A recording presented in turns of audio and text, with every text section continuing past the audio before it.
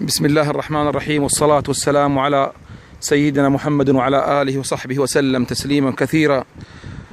أسأل الله العلي العظيم أن يحفظ لنا خادم الحرمين الشريفين الملك سلمان بن عبد العزيز ولي عهده ولي عهده.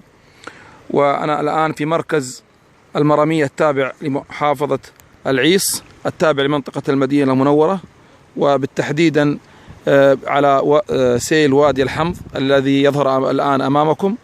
وأناشد خادم الحرمين الشريفين، وأناشد صاحب السمو الملكي الأمير فيصل بن سلمان بن عبد العزيز أمير منطقة المدينة المنورة، ووزير المواصلات من يعمل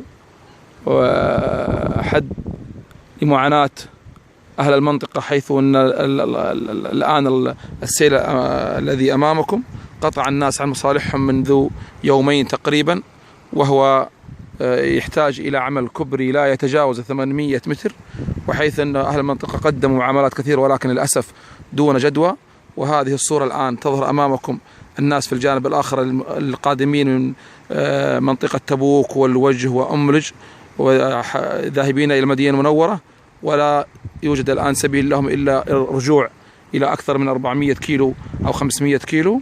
وهؤلاء الناس الذين أمامكم الآن القادمين من منطقة المدينة المنورة لهم 48 ساعة الآن تقريبا على هذا الحال. وهذه السيارات التي أمامكم،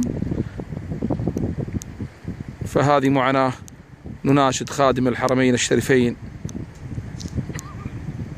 بأن يجد لها حل، حفظه الله لنا وأدامه ذخرا. سلمان الحزم، حفظك الله لنا، والسلام عليكم ورحمة الله وبركاته.